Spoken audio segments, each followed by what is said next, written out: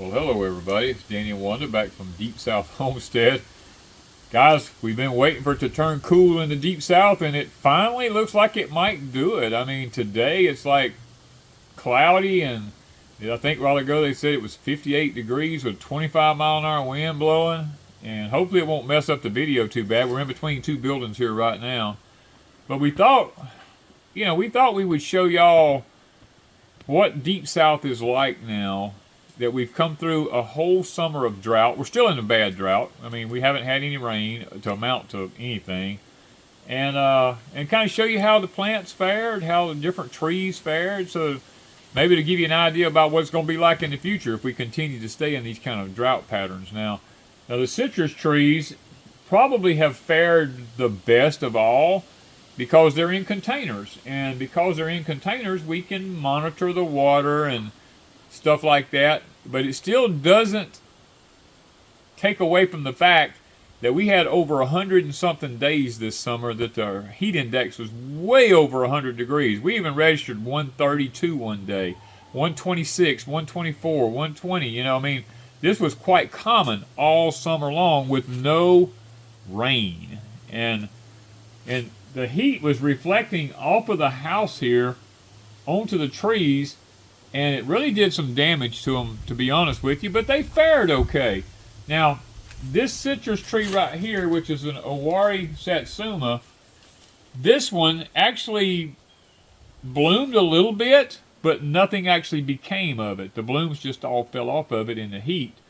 But the one that's right next to it here, this tree bloomed heavily, and it loaded up with the Satsumas. Now, it's an Owari Satsuma also, and you can see the limbs are just hanging with them. Now, why one next to the other, one didn't put any on and the other did? I mean, this one's so heavy it's pulled the tree over in the pot. Literally, it has just leaned it over, and the only reason it didn't fall completely is because it leaned against the other tree.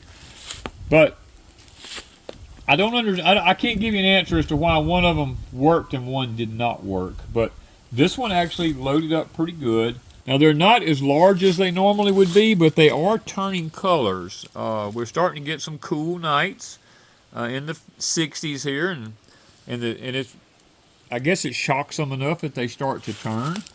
But you know, next to it here, we have a Hamlin orange. Now, this Hamlin loaded up with blooms this year, but because the heat from the house, it really messed the top of the tree up. I've already cut the top out this one time, and the insects have gotten back to the top of it because we was in so much heat all the time. I got to do some more trimming on it. But it did, a few of the blooms did take. The Hamlin orange, you know, some of the blooms took on it. Back over here in the back where it was more shaded at, we've got quite a few more oranges over there. Now, these aren't a large orange, but they're be our first year to actually taste them and to see how they tasted. Now, this here tree next to it is what's called a Calamandan orange. Now, this tree for the first part of the summer didn't do anything except sit here. As a matter of fact, the one next to it right here died, and this one continued to live. But then all of a sudden in midsummer, this thing loads up with thousands of blooms on it. A lot of them fall off, but some of them actually took, and it's left a few little orange-looking things here on it. This is a Calamandan orange, and we've tasted them, and they taste a lot like a lemon or something. They're kind of bitter.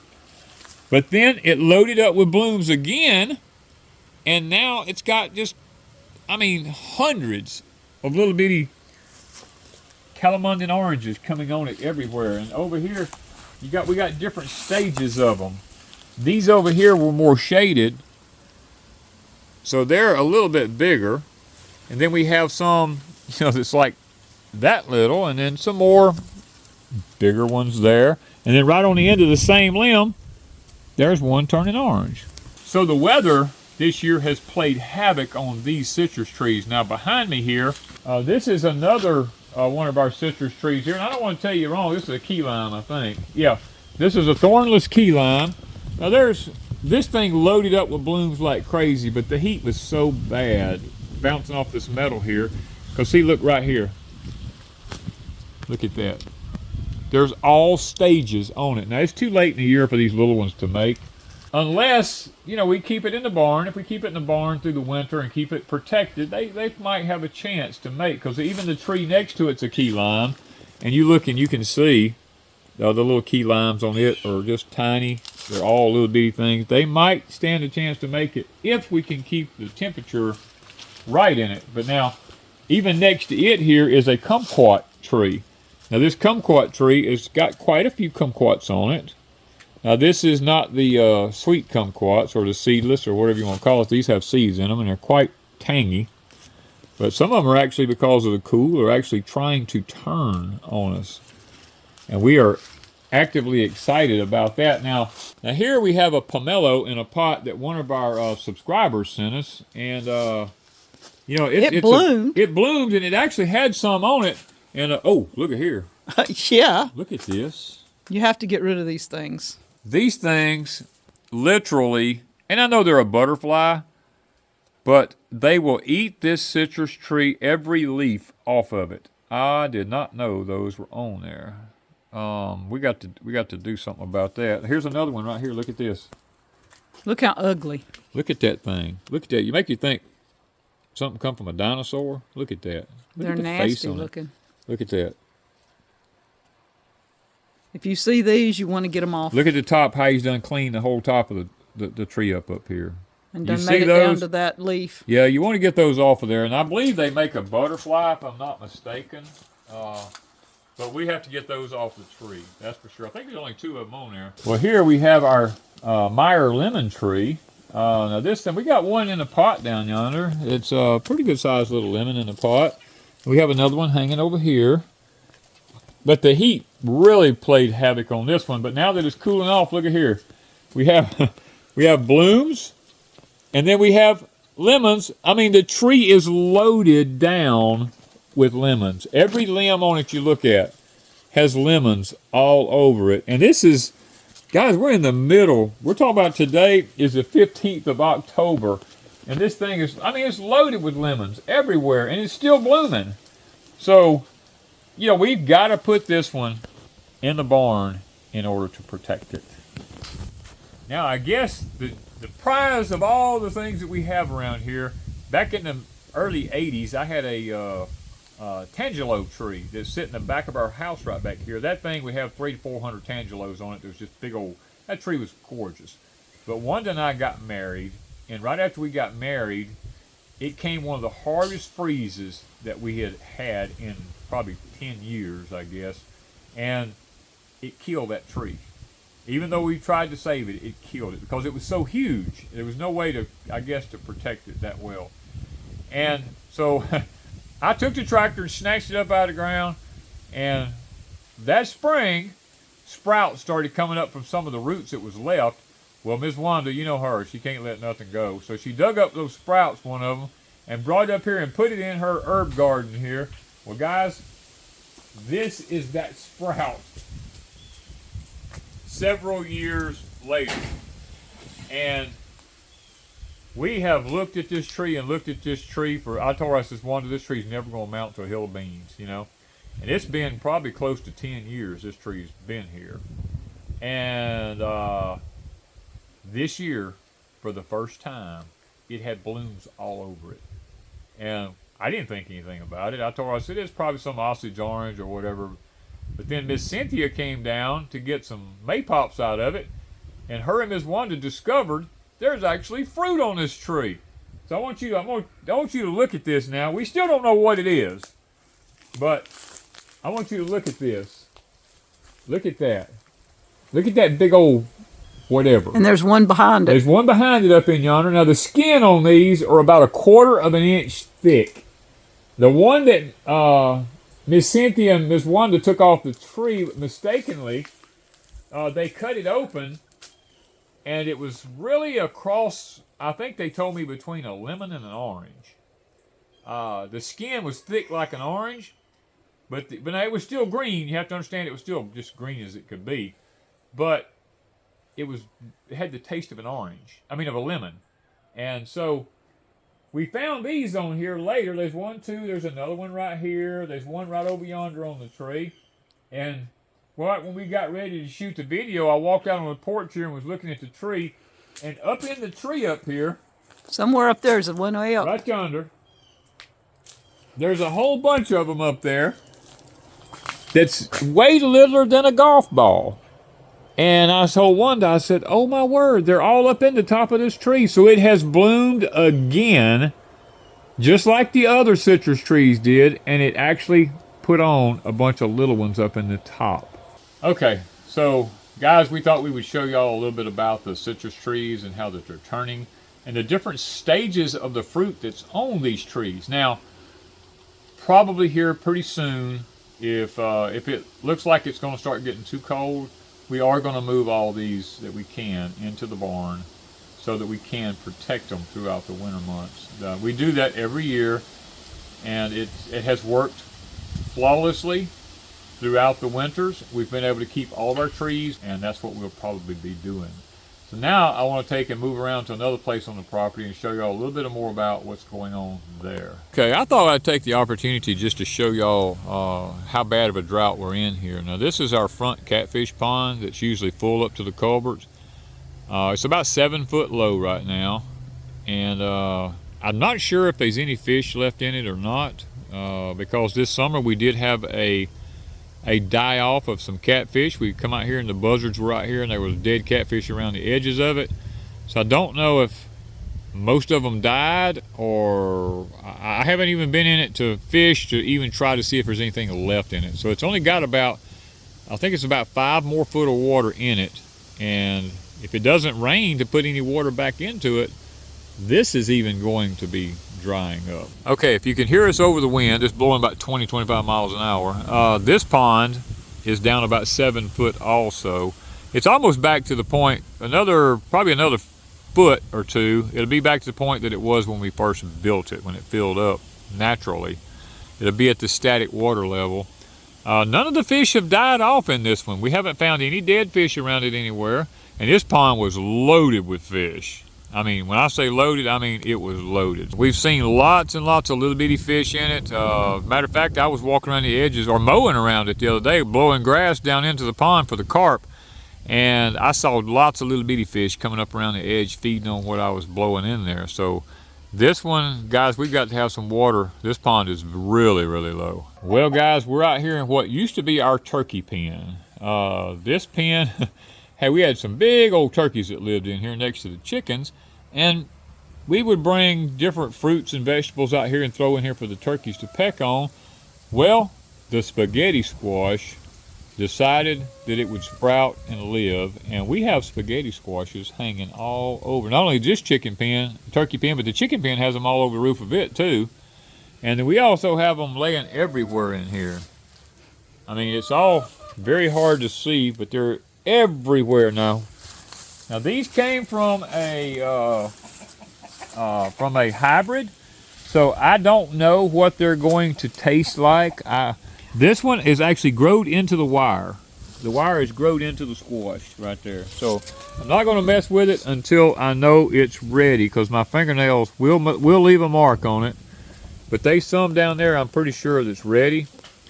I mean, if they're good to eat, guys, we're going to have a ton of them. I mean, now the funny thing about this is the only spaghetti squash we had was the Small Wonders from Hall's Tool that we were actually using and we threw out here.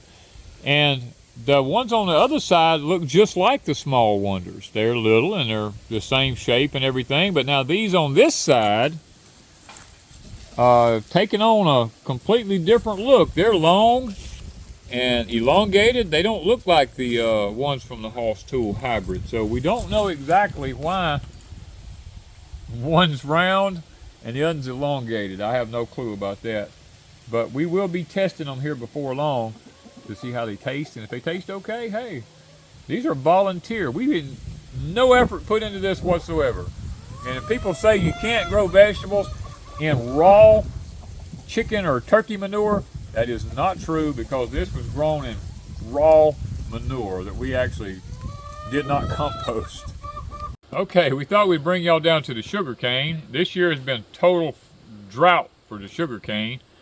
We planted it here behind the high tunnels because if you've ever seen some of our videos in the past, right here where this is at, I used to bog down in the lawnmower just trying to keep the grass cut around it. It was so wet here. I told Wanda, I said, this is a prime location to grow sugarcane. And we did it in the wagon wheel designs, that way I could mow around everything. But guys, we've had this 20-something mile-an-hour wind today, and this cane was standing up so pretty. Now it's done blew it all over, and it's all laying down everywhere. So, and we're right next to the pond. For those of you who know, usually the water's right here at the pond, and the sugar cane's like 15-20 feet from it right there. So it's always been close to water, but now the water's way down yonder, and there's no water for the sugar cane. So we have two different varieties here. We have the syrup making varieties here, and then we have the chewing cane here. Now the chewing cane is this purple, and I'll show you. This is what the drought has done here. Look at this. If I can get it off of there, the fodder off. See how it's done starting to sprout? It's prime for planting right now. Literally, it is primed to be planted. All this, it's done sprouting, could be cut up into blocks, put in the ground, and probably within a little over a week, all of it here. I mean, you just look at this. Look at the eyes on it. Done sprouted.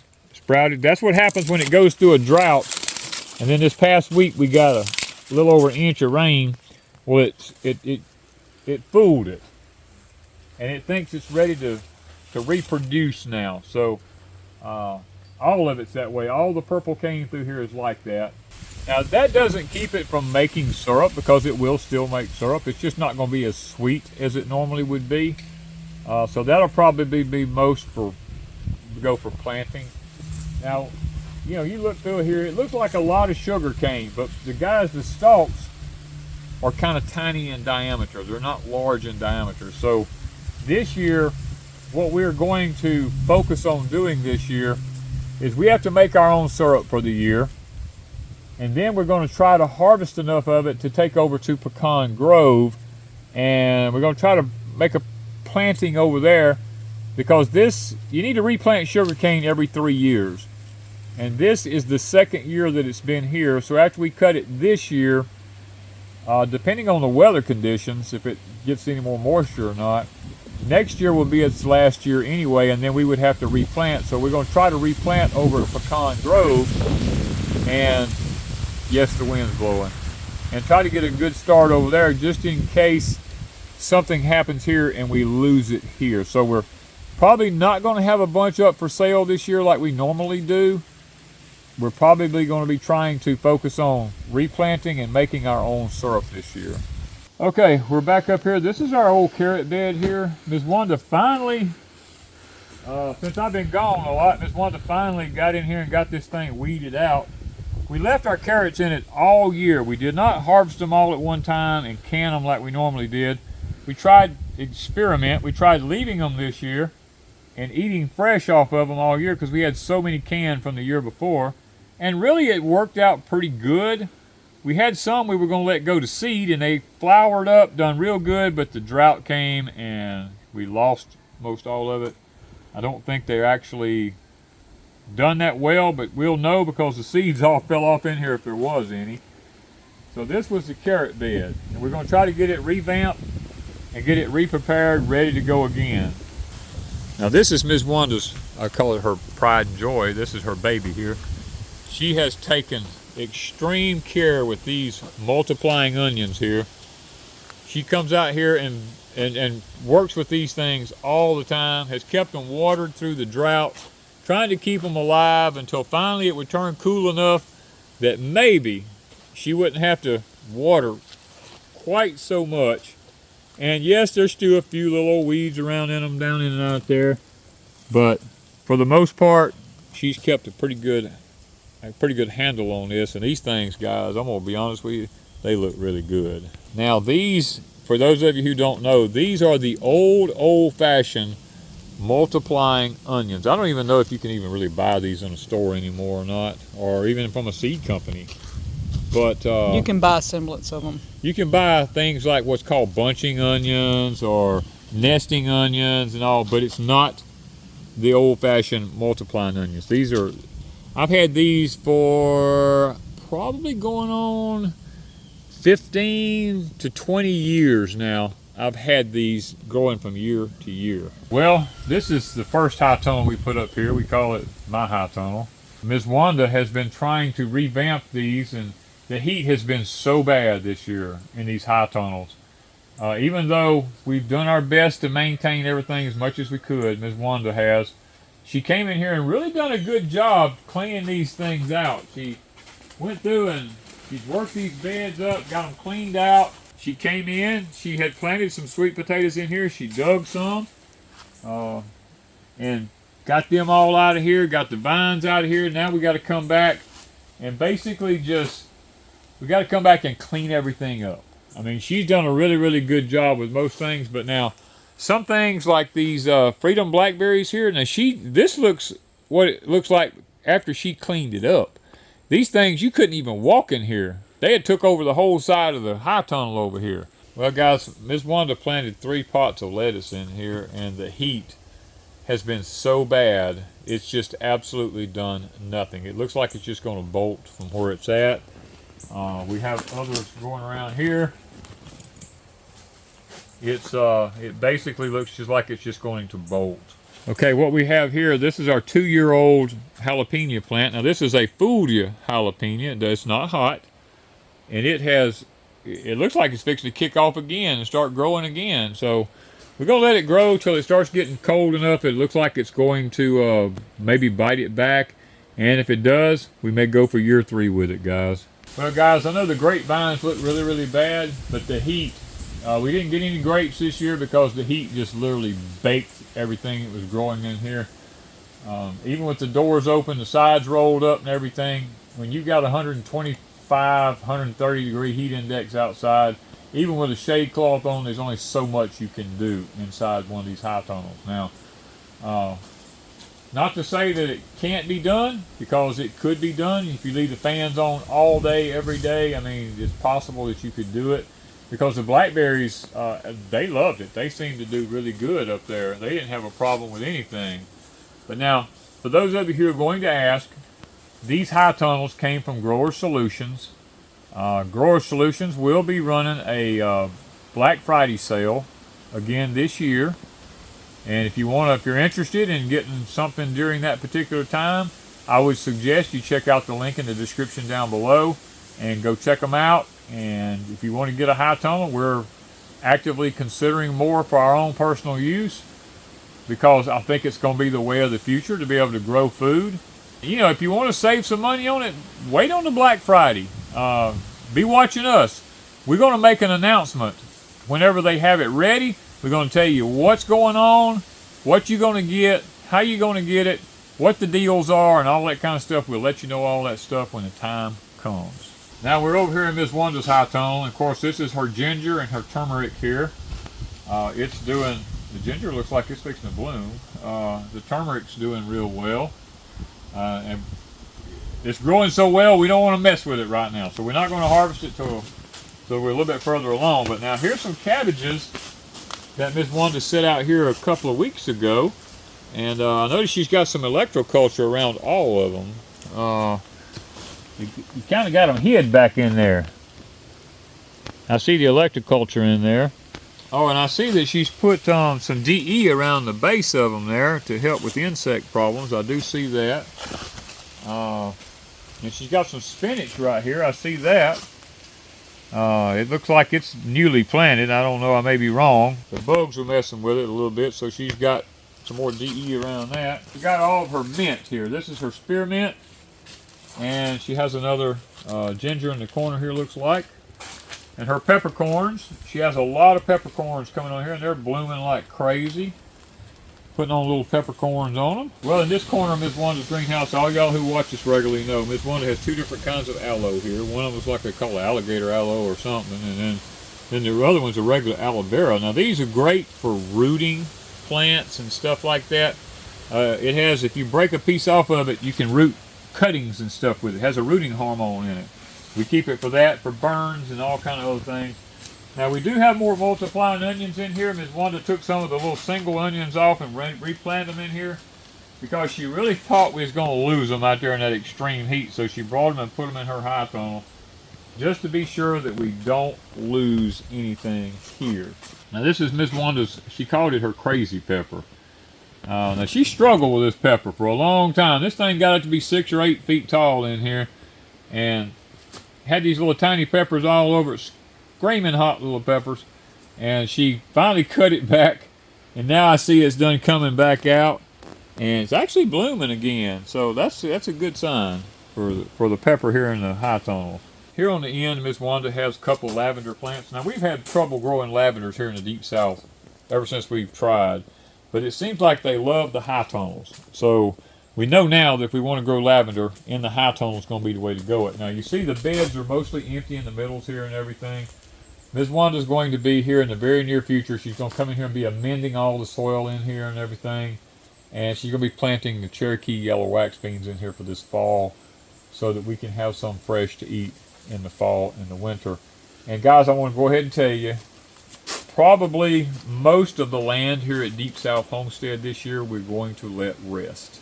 We're probably going to be doing most of our gardening over to new property at Pecan Grove, because, you know, every so often you need to let your land rest.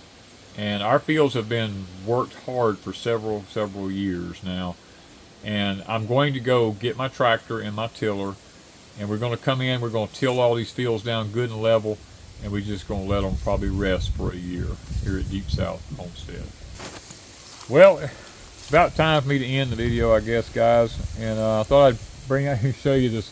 We have a wild persimmon tree growing here next to our blueberry orchard. This thing has thousands of persimmons on it. I mean, literally thousands of persimmons. And the wildlife, we leave it here for the wildlife because it gives them something to feed on during the winter months. Now, is it edible for human consumption? By all means, yes, it is edible. It's not quite to that point yet, but it is an edible fruit on a homestead. It's just that we like to leave some things for the wildlife during the winter months so that they actually have something to come in here and feed on. The deer will come in here and they will feed on this because we have nothing here that the deer is going to hurt. We have our blueberry orchard behind us here. The deer doesn't seem to hurt the blueberry orchard. They don't mess with it at all. They do walk through it because we see where they've been in there, but we never see where they've done any damage or anything, so we don't worry about that. And guys, I just hope that today maybe it's a little bit of an encouragement to show you that, hey, even though we've been through a drought here in the Deep South, and maybe you've been through a drought where you're at, maybe the heat has been horrible where you live at, stuff can still produce. It may not produce as well, but it still produces, and we're to be thankful for what we have, and to give God glory and to give him honor and thanks for the things that we do have. And that is the whole theme of this video today, is to show you that out of the midst of drought and heat and all that kind of stuff can still come productivity and blessings. Thank you guys from Deep South Homestead.